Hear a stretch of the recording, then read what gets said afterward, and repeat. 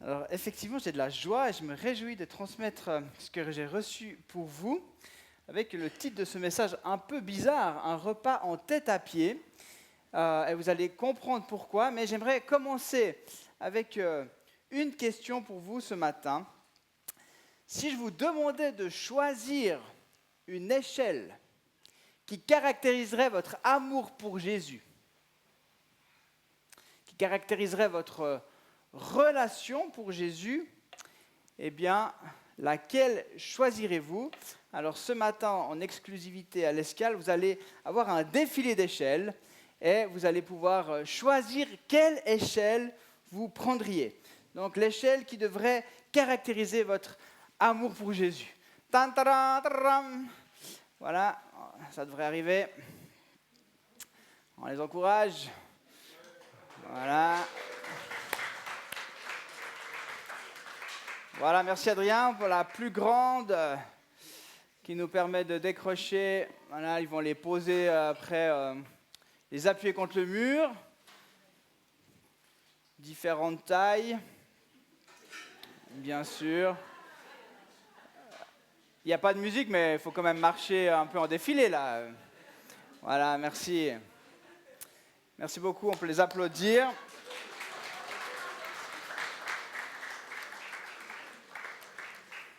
Quelle échelle choisiriez-vous?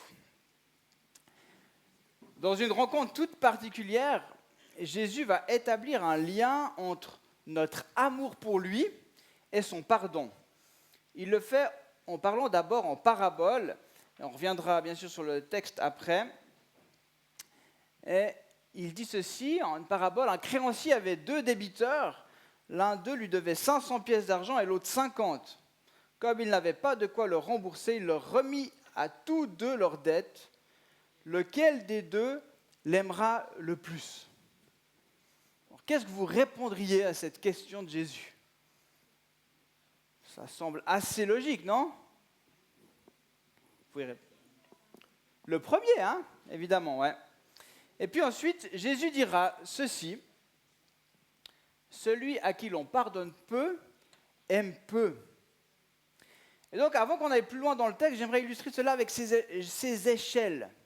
En fait, c'est comme si Jésus est venu nous chercher là où nous étions. Il est venu vous chercher là où vous étiez. Et puis, il vient à la rencontre de celui qui fait appel à lui, peu importe la profondeur du trou. Peu importe les montagnes à déplacer, peu importe les difficultés, peu importe où la personne s'est enfoncée et perdue. Ça, c'est une bonne nouvelle. Mais en fait, Jésus, il adapte à quelque part l'échelle. Jésus n'a pas toujours besoin de la même échelle pour aller nous chercher ou vous chercher, parce que vous n'êtes pas toujours tous à la même profondeur. Vous êtes OK avec ça? Il y a un débiteur qui doit 50, un autre 500. Donc il semblerait que notre amour est conditionnel à la longueur de cette échelle. Si je suis conscient du chemin qu'il a dû faire pour venir me tirer de là, si j'étais vraiment dans la, permettez-moi l'expression, dans la M, jusqu'au cou, pris au piège, perdu, mourant, il se pourrait que je l'aime plus que si j'étais dans ma petite vie confortable, sans faire de grosses bêtises, dans une famille traditionnelle, sans histoire, ou enfant de chrétien. Donc, qu'est-ce qui se passe? C'est que parfois, on va développer, si on est peut-être né dans une famille chrétienne, une relation à Dieu qui est beaucoup plus intellectuelle, en fait. On aura plus de peine à exprimer notre amour à Dieu parce qu'on ne sera pas vraiment conscient de là où il est venu nous chercher. Donc, on développe une relation plus intellectuelle que du cœur.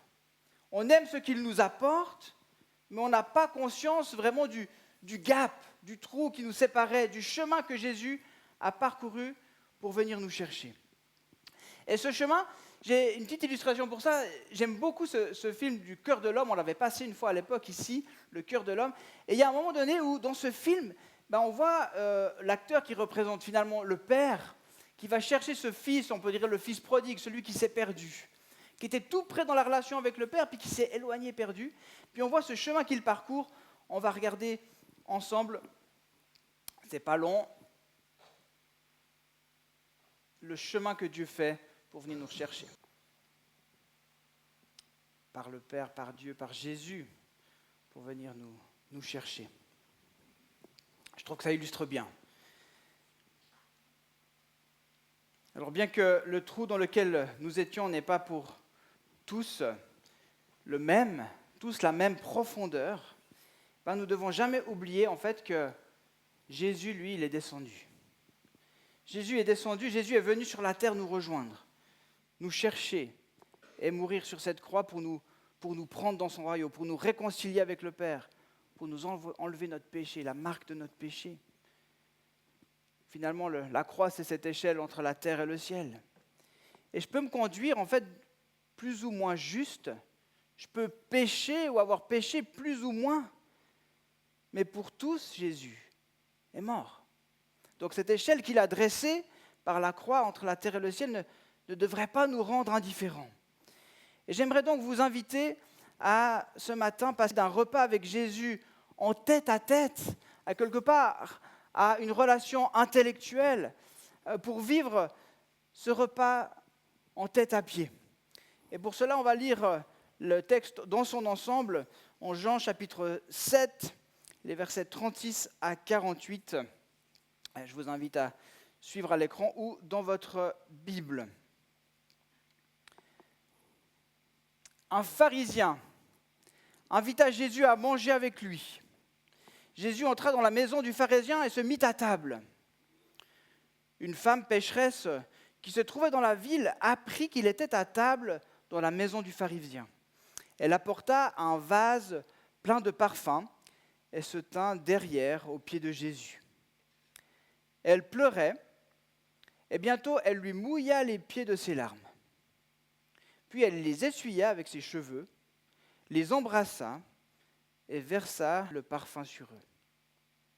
Quand le pharisien qui avait invité Jésus vit cela, il se dit en lui-même, si cet homme était un prophète, il saurait qui est celle qui le touche et de quel genre de femme il s'agit. Il saurait que c'est une pécheresse. Jésus prit la parole et lui dit, « Simon, j'ai quelque chose à te dire. »« Maître, parle, répondit-il. Un créancier avait 2 débiteurs. L'un d'eux lui devait 500 pièces d'argent et l'autre 50. Comme il n'avait pas de quoi le rembourser, il leur remit à tous deux leurs dettes. Lequel des deux l'aimera le plus ? Simon répondit, comme vous d'ailleurs, celui que je pense, auquel il a remis la plus grosse somme. Et Jésus lui dit, tu as bien jugé. Puis il se tourna vers la femme et dit à Simon, tu vois cette femme ? Je suis entré dans ta maison et tu ne m'as pas donné d'eau pour me laver les pieds. Mais elle les a mouillés de ses larmes. Elle les a essuyés avec ses cheveux. Tu ne m'as pas donné de baiser, mais elle, depuis que je suis entré, elle n'a pas cessé de m'embrasser les pieds. Tu n'as pas versé d'huile sur ma tête, mais elle a versé du parfum sur mes pieds. C'est pourquoi je te le dis, ses nombreux péchés ont été pardonnés, puisqu'elle a beaucoup aimé. Mais celui à qui l'on pardonne peu aime peu. Et il dit à la femme, tes péchés sont pardonnés. Amen.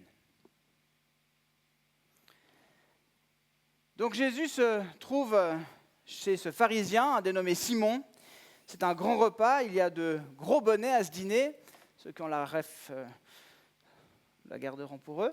Lors de ce type de repas, la maison était ouverte. Les maisons souvent étaient ouvertes, on pouvait entrer et regarder. Donc c'était un autre niveau social. Et puis les plus pauvres, ceux qui passaient, ils avaient le droit de venir jeter un œil, de regarder. On mangeait un peu comme dans Astérix Obélix, couché sur le côté gauche. On mangeait avec la main droite, la table au milieu. Et les pieds donc direction le mur. Et voilà qu'une femme s'approche des pieds de Jésus et commence à lui embrasser les pieds, commence à pleurer sur ses pieds, à les essuyer avec ses cheveux, à y verser du parfum. Cela nous paraît assez bizarre à nous aujourd'hui, évidemment, mais aussi à eux et à Simon tout particulièrement. Et Simon illustre donc un homme qui n'a pas grand-chose à se reprocher. En fait, son échelle à lui, son trou à lui, il n'est pas très profond. Du coup, il se considère juste. Et il n'a pas conscience du besoin d'être pardonné, ou de son besoin d'être pardonné. Il vit un repas donc en tête à tête, dans le sens que son invitation n'est pas une invitation du cœur, pleine de reconnaissance, d'amour. Je veux t'inviter, Jésus, t'honorer, te dire combien je t'aime, et je suis tellement content que tu acceptes de venir dans ma maison, et je suis tellement heureux que tu m'aies pardonné, tellement heureux que tu aies lavé mes péchés. Non, c'est une relation tête à tête.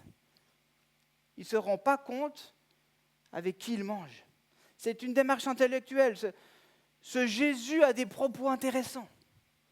Ce Jésus est un peu l'homme qui est pas mal vu ces derniers temps, donc ce serait pas mal si je peux l'avoir à ma table. Ça pourrait peut-être même faire monter ma cote. Puis bon, c'est vrai qu'il enseigne assez bien, quoi. Il enseigne avec autorité, donc ouais, c'est intéressant. Hein. Il y a donc un intérêt, mais aucun signe de soumission, de reconnaissance, d'honneur et d'amour. Et le contraste est donc total avec l'arrivée de cette femme au pied de Jésus. Et permettez-moi encore une petite illustration, je me suis donné ce matin en vidéo. Et là, vous allez peut-être un peu rire.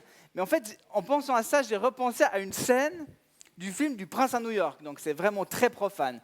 Hein. Voilà, regardez pas le Prince à New York. Mais non, c'est vraiment drôle. C'est un vieux film, un film qui date. Donc pour les plus jeunes, je suis obligé de redire que c'est l'histoire d'un prince d'un royaume d'Afrique qui vient à New York pour passer incognito, en fait, pour voir ce que c'est de vivre normalement. Hein, parce que je sais pas, 1990 peut-être ce film. Donc voilà, vous êtes perdus là. Hein. Et puis il veut voir ce que c'est de goûter à la vie normale. Puis il va tomber sur des gens qui savent qui il est vraiment. Et ça me fait un peu penser à ce Simon. Donc j'imagine un peu ce Simon qui ne sait pas avec qui il mange, hein, puis ce couple, c'est les amis là, du prince, mais qui ne savent pas que c'est un prince, et puis ils ne comprennent pas ce qui est en train de se passer. Hein, puis là, cette femme arrive, et puis lui donne tellement d'amour. Donc on imagine un peu la tête de ce Simon.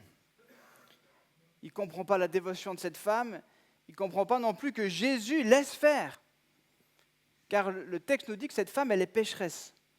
Donc c'est probablement une prostituée. Et si Simon le sait, ce n'est pas forcément qu'il connaît cette femme, mais ça devait se voir. Ça devait se voir probablement par son habillement, par ses cheveux, qui n'étaient ni attachés, ni cachés. Et l'explication de Jésus est sans équivoque. Elle a aimé beaucoup parce qu'elle a été pardonnée beaucoup. Donc Jésus est en train d'opérer un retournement que les pharisiens de l'époque avaient de la peine à comprendre. Les religieux ne comprenaient pas, et peut-être que nous qui sommes parfois religieux aussi, on a de la peine à saisir. Voilà ce qu'il dit. Retournement de situation. Finalement, celui qui par la justice était plus proche, le plus proche de Dieu, devient le plus éloigné. Parce que le plus proche du cœur de Dieu, c'est celui qui a saisi la grâce. C'est celui qui a saisi le pardon. C'est celui qui aime. Et c'est le shift que Jésus essaie de faire comprendre à ces pharisiens. Ils sont justes rituellement, ils sont justes selon la loi, ils ont suivi les règles. Mais finalement, c'est une relation intellectuelle. Il n'y a pas d'amour, ils n'ont pas saisi la grâce, ils n'ont pas saisi. Et cette femme qui, elle, était pécheresse, alors elle a saisi l'amour de Dieu. Elle est proche de son cœur. C'est la même chose avec la parabole du bon samaritain. Finalement, la conclusion, c'est aussi un peu ça. Il essaye de renverser. Finalement, c'est qui ton prochain? C'est fait comme le samaritain. C'est le samaritain qui devient le juste. Ou encore cette parole, les premiers seront les derniers, et les derniers seront les premiers. Les premiers, c'était ces hommes pharisiens. Mais ils passent en dernier, finalement. Cette femme avait eu le courage d'entrer dans cette maison telle qu'elle était, confiante, en sécurité dans l'amour de Jésus. Elle est venue se tenir à ses pieds. C'est un repas en tête à pied, du coup, d'une femme qui a saisi qui était l'invité, qui était Jésus. Elle a saisi son amour, son pardon qui libère. Donc elle a accueilli Jésus, elle lui a démontré son amour, alors que Simon n'a rien fait, nous dit le texte. Il n'a montré aucune marque d'honneur, de respect ou d'amour. Il a même failli à offrir de l'eau pour le lavement des pieds. Pourtant, c'était un acte assez banal dans ce contexte, sans néanmoins que ce soit une règle. Généralement, il y avait de l'eau à disposition. Ce n'était pas forcément une règle, donc il n'a pas fait faux, mais c'était quelque chose de assez normal. C'est comme si lui, il a fait le minimum. Il a fait le minimum légal. Il a fait le plus simple. Et puis elle a fait au-delà. Elle a fait beaucoup plus. Alors ma question ce matin, si tu veux passer d'un tête-à-tête à un tête-à-pied, d'un niveau intellectuel à une relation de cœur à cœur, comment ou avec quoi accueilles-tu Jésus? Comment l'accueilles-tu dans ton quotidien? Cette femme, nous dit le texte, elle était reconnaissante, à quelque part elle était passionnée, elle était consciente de son besoin de Jésus, elle était consciente de l'œuvre de Christ, elle a démontré son amour avec 3 choses, avec des larmes, du parfum et des baisers. Et ce matin, j'aimerais bien t'encourager à faire de même. À t'approcher de Jésus, à venir à ses pieds avec respect, humilité, mais à venir aussi avec tes larmes de joie, mais tes larmes de douleur, tes larmes de tristesse ou tes larmes de repentance. Quand es-tu agenouillé la dernière fois devant Jésus? Quand es-tu tenu à ses pieds pour la dernière fois? Est-ce que vraiment tu lui confies tes larmes? Venir à lui tel que nous sommes, c'est lui témoigner en fait notre amour, notre confiance. Il t'aime, il te fait grâce, il te pardonne.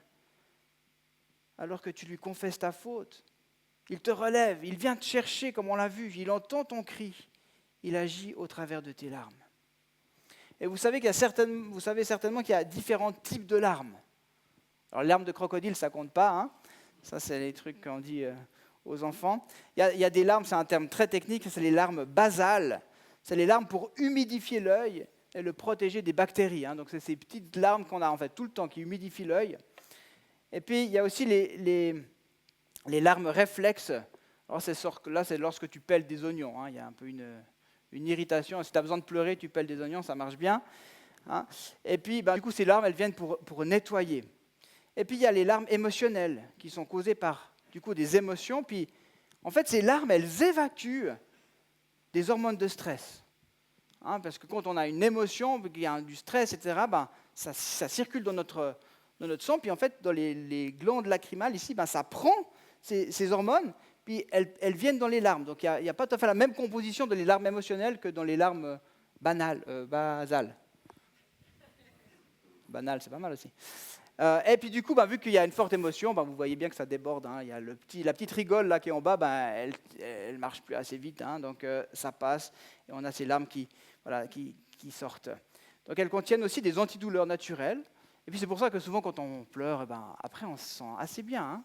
Il y a un soulagement un petit peu émotionnel. Donc cette femme, elle pleure.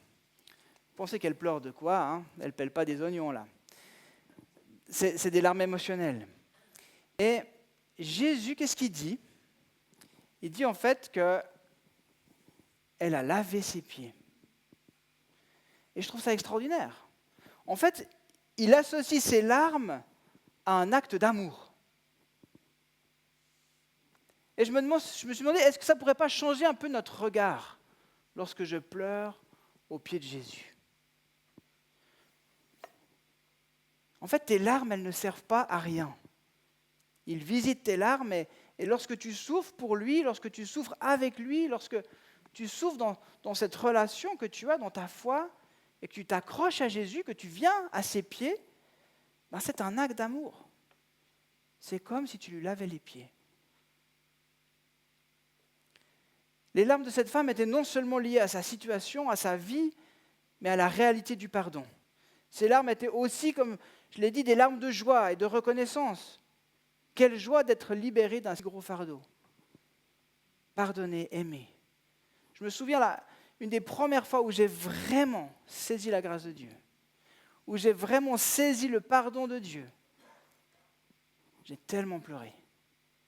Parce que ça me paraissait tellement pas possible de m'aimer autant et de me pardonner comme ça.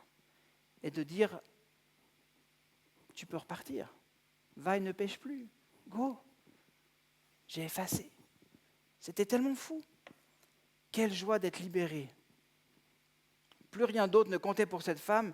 Alors elle n'a pas hésité à entrer dans ce lieu sans y être invitée. Et puis elle a subi évidemment les regards condescendants des convives. Mais on a ce verset extraordinaire qui s'applique parfaitement ici. Là où le péché a abondé, la grâce a surabondé. Elle goûte ça. Et ce matin, j'aimerais vraiment te dire, mais viens avec tes larmes à ses pieds. Il sait quoi en faire. Ce matin, accepte son pardon. Ce pardon qui libère. Afin de connaître ses larmes de joie, de reconnaissance, tant sa grâce est imméritée. Ne reste pas dans un tête-à-tête, mais reconnais que tu n'as pas besoin peut-être de la même échelle que ton voisin, mais que tu as besoin de cette échelle. Tu as besoin de Jésus, de son pardon, de son amour, de sa grâce. Ne cherche pas un tête-à-tête, mais un cœur à cœur. Et la deuxième chose que cette femme fait pour manifester son amour, elle verse un parfum sur les pieds de Jésus. Un parfum de bonne odeur. Ce parfum aurait peut-être dû être mis directement sur la tête de Jésus, mais elle ne pouvait pas le faire. Elle était à ses pieds. Un parfum, ce n'est pas donné. Vous le savez, ceux qui ont tenté d'acheter un parfum à votre dulciné, ce n'est pas donné un parfum. Répandre ce parfum de bonne odeur, c'est un choix qui coûte. Venir à ses pieds avec ce désir d'offrir sa vie en sacrifice, ce n'est pas rien. Et je prends ce verset de Romains 12. Je vous exhorte donc, frères et sœurs, par les compassions de Dieu, à offrir votre corps comme un sacrifice vivant, saint, agréable à Dieu, ce qui sera de votre part un culte raisonnable. Et c'est à quelque part ça, offrir ce parfum. Pour recevoir le pardon dans l'Ancienne Alliance, pour être agréé de Dieu, pour montrer sa reconnaissance à Dieu, son adoration, il fallait apporter au sacrificateur un animal que celui-ci tuait et plaçait sur l'autel au nom de la personne qui le lui avait apporté. Et ce sacrifice coûtait quelque chose. Il y avait aussi l'autel des parfums, où il y avait ce parfum qui brûlait. Mais David a dit ceci dans 2 Samuel 24, 24. « Je n'offrirai point à l'Éternel, mon Dieu, des holocaustes qui ne coûtent rien ou qui ne me coûtent rien. » Il fallait que ça aille de la valeur. Et malgré cela, bien que la loi exigeait des sacrifices, déjà dans l'Ancienne Alliance, Jésus va dire qu'il cherche des hommes dont le cœur était en adéquation avec leur sacrifice. Déjà là, Dieu cherche le cœur et pas les sacrifices. Parce que tu pouvais apporter un super sacrifice cher pour satisfaire la loi sans avoir un cœur repentant. Tu pouvais suivre un rituel religieux sans pour autant chercher à suivre et à connaître Dieu. Tu pouvais faire des sacrifices en ayant une vie qui n'honorait pas Dieu. Donc cette rencontre illustre très bien ce changement. Simon, c'est un religieux qui offre ce que demande la loi pour être trouvé juste, sans offrir son cœur. Et il reste dans l'illusion de ne pas avoir besoin de Jésus, mais cette femme, elle reconnaît aisément son état de pécheresse. Elle saisit la grâce et offre sa vie, son cœur, comme un parfum de bonne odeur, un parfum de reconnaissance qui plaît à Dieu. Alors ce matin, qu'est-ce que toi tu choisis ? Ta vie, elle peut être un parfum offert qui répand une bonne odeur, la bonne odeur de Christ. Et alors que tu accomplis pour le plus petit, pour le plus faible, le moindre d'entre les hommes, une œuvre d'amour, alors c'est là que tu aimes ton prochain, tu aimes Dieu et que tu répands ce parfum. Je l'ai mis ainsi, chaque fois que tu tends la main pour relever celui qui est tombé, que tu donnes à celui qui est dans le besoin, que tu visites celui qui est seul, c'est à Christ que tu le fais. C'est comme si tu répands ce parfum. Et il y a cette démarche de venir à ses pieds, d'avoir cette relation de cœur à cœur. Mais des fois on se dit, mais comment aimer ? C'est aussi lorsque tu déverses ta vie, lorsque ta vie est utile entre tes mains, lorsque tu fais cela. Jésus n'est plus là physiquement. Tu ne peux pas verser ce parfum, mais tu peux vraiment le faire en aimant ton prochain. Et la troisième chose, vous êtes encore avec moi, ça va ? La troisième chose que cette femme a apportée, en fait, elle n'a rien apporté, elle a embrassé les pieds de Jésus. Et Jésus va dire, depuis que je suis entré, elle n'a pas cessé de m'embrasser les pieds. C'est dingue, cette histoire. Alors bien sûr, un baiser, c'était une manière de se saluer. Paul parle du saint baiser, un saint baiser. Mais on pourrait dire, cette femme, elle n'a pas arrêté de lui dire bonjour, en fait. C'est ça, elle n'a pas arrêté de lui dire bonjour. Mais ça va évidemment un peu plus loin qu'une simple salutation. Il y a une notion d'intimité, de proximité et d'humilité. Lors de ces 3 actions, cette femme est aux pieds de Jésus. Faire un bisou sur un front ou sur une main, ça passe encore. Mais sur des pieds, bof, bof. Puis en plus, on sait où il cherchait. Mais l'amour ne regarde pas à ça. Et Jésus, là encore, n'est plus là pour que nous puissions l'embrasser et lui témoigner notre affection. Des fois, ça serait plus simple de dire, mais s'il était là encore, je pourrais le prendre dans mes bras, je pourrais lui témoigner un peu cette affection, cet amour. Mais nous sommes appelés à rechercher cette intimité dans ce lieu secret, dans cette chambre haute, dans ce lieu mis à part, où toi tu te tiens à ses pieds. Parfois, des personnes elles compartimentent leur vie spirituelle avec le reste de leur vie. Elles ne parlent pas de Jésus ailleurs. Dans leur journée, elles ne pensent pas du tout à Jésus. Et j'aimerais vous inviter à lui dire bonjour le plus souvent possible, en fait. Non seulement aussi bonjour, mais aussi je t'aime. Je t'aime. Est-ce que votre cœur est sensible lorsque quelqu'un vous dit, ou que votre conjoint, pour ceux qui en ont, vous dit je t'aime? Est-ce que quelqu'un de votre famille vous dit je t'aime? Ça vous fait quelque chose ou rien? Pensez-vous que cela ne fait rien du tout au Seigneur lorsque vous lui dites « je t'aime » ? Si vous êtes marié et que vous ne dites jamais « je t'aime » à votre conjoint, je n'ai pas besoin d'être un grand thérapeute pour vous dire qu'il y a un petit souci quelque part. On peut prendre un rendez-vous. Mais dans votre relation avec Dieu, c'est exactement la même chose. Lorsque vous passez de cette relation de tête à tête à pied, lorsque vous comprenez et saisissez l'œuvre de Christ, alors vous pouvez lui exprimer votre amour, vous pouvez lui dire « je t'aime ». J'aimerais vous encourager à essayer cette semaine. Prenez un temps seul à ses pieds. Pleurez si vous avez besoin de pleurer. Pleurez. Pleurez de joie si vous êtes dans la joie et puis réjouis de son œuvre. Parlez-lui. Essayez de lui dire « je t'aime ». Merci. Merci pour ton pardon, pour ton amour, pour ta présence dans ma vie. C'est basique ce que je vous dis là.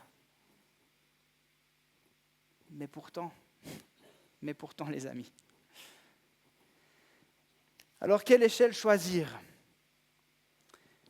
La plus grande échelle est entre le ciel et la terre, et c'est Jésus qui a fait ce chemin, qui a ouvert ce chemin. J'invite les musiciens à revenir. Je vais conclure maintenant et je vous invite à vous tenir à ses pieds, à l'aimer avec vos larmes, avec votre vie offerte comme un parfum, avec vos mots d'amour et de reconnaissance, avec ces moments d'intimité. Je peux aimer Dieu par mes mots, par mes attitudes, par mes pensées, mes gestes, mes actes, mais cela commencera toujours par un tête-à-pied en fait. Ça commence par ce moment où tu viens à ses pieds. Je ne peux pas l'aimer véritablement tant que je n'ai pas changé de posture. Et ce matin, je vous invite à prendre quelques instants, à peut-être baisser la tête, à vraiment vivre ce moment. On est en communauté, mais en même temps, on est dans cette intimité. On est une famille et on peut vivre ce temps de cœur à cœur avec Jésus. Il est là. Le Saint-Esprit est là. Le Saint-Esprit connaît vos cœurs. Le Saint-Esprit vous connaît. Le Seigneur vous connaît. Et en fait, il n'a pas refusé l'invitation de Simon pour un tête-à-tête. Jésus est entré dans sa maison. Jésus a mangé avec lui. Il n'a jamais refusé ça. Et même si jusqu'à aujourd'hui, tu l'as toujours appelé ou passé des temps avec lui dans ses tête-à-tête, le Seigneur est entré, est venu, et il s'en est réjoui. Mais ce matin, il y a une invitation à aller plus loin, à ne pas rester dans cette position du pharisien, quelque part, de ce Simon, mais à prendre la place de cette femme. et à oser cette rencontre, à oser être vrai, vulnérable, à entrer aussi dans la joie des rachetés, des graciés, des pardonnés. Celui à qui on a pardonné beaucoup aime beaucoup. Alors ce matin, je laisse quelques instants pour que tu puisses saisir encore l'œuvre de Christ. Reconnais dans ce temps tes fautes. Reconnais ton besoin de Jésus. Ne regarde pas à droite et à gauche qui est dans un autre trou que toi, qui est plus pécheur que toi, qui est plus éloigné que toi. Je peux te dire cette vérité, tu as besoin de Jésus aujourd'hui. Et tu peux l'accepter, tu peux le recevoir, tu peux recevoir ce pardon. Tu peux recevoir sa joie.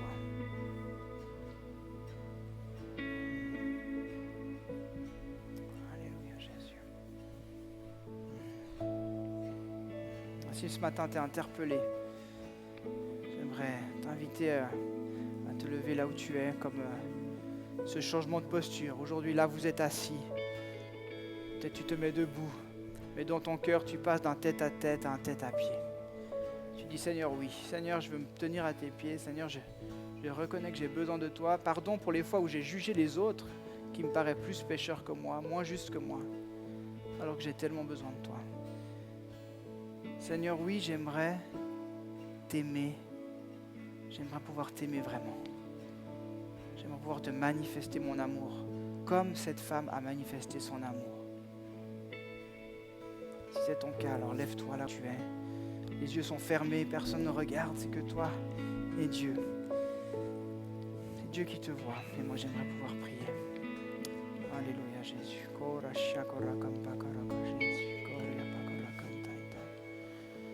Alléluia Seigneur Jésus. Merci Papa. Merci Papa.